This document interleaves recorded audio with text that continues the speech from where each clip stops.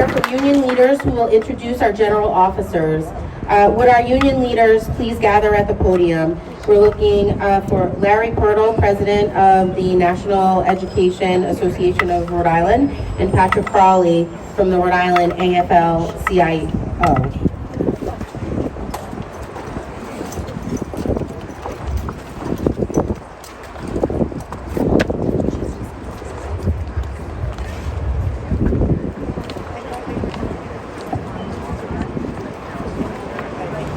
I'm Larry Purtill, President of NEA Rhode Island. On behalf of Rhode Island's thousands of teachers, I want to tell you, enough is enough.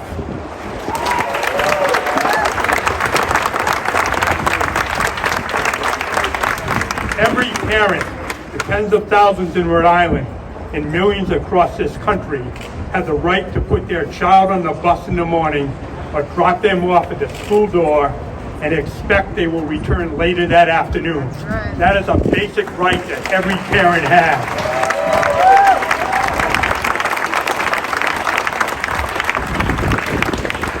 No parent should ever have to identify their child by DNA because their tiny bodies are unrecognizable. Oh my God. No parent should ever listen to the last words spoken by their child on the release of a 911 call.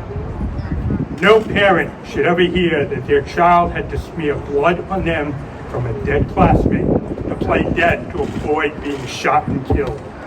It is way past time for gun safety laws to be passed in Rhode Island and across this country.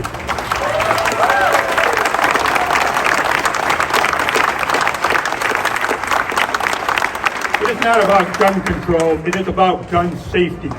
The founding fathers, I'm pretty sure, did not intend a well-regulated militia to mean an 18-year-old could buy an AR-15 on credit and use it to kill school children.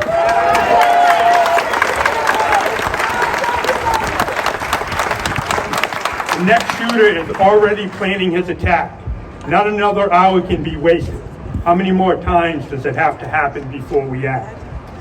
And yes, mental health is a major contributor, and so much more needs to be done, and it is only getting worse.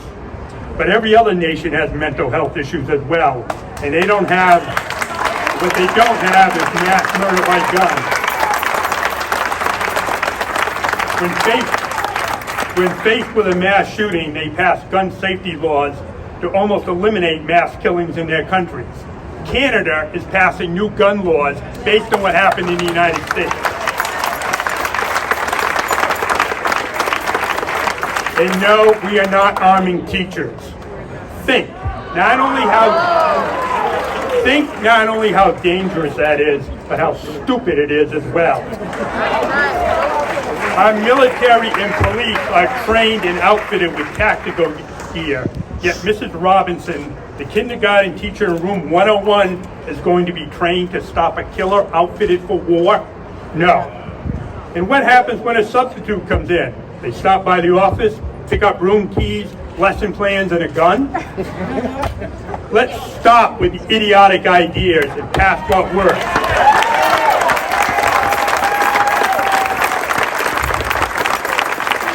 Bills before this General Assembly regulating assault weapons, limiting magazine capacity, raising the age to buy a gun to 21, and safe storage is needed immediately. And let's not make schools fortresses where students feel more like they are in prison than a place to learn and to socialize with their classmates. Yes. Please, please, please, let children be children and be able to do it safely. The overwhelming majority of Rhode Islanders and people across this country support these measures, yet the majority are being held hostage by a small minority.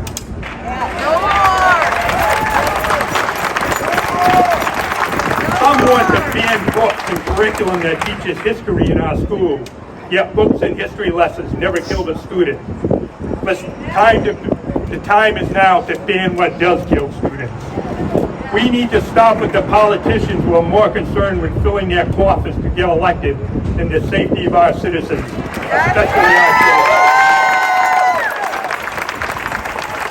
That's why I want to thank our general officers, the legislators here, those who have put in legislation, and the leadership to lead us and to take a stand and do what's right.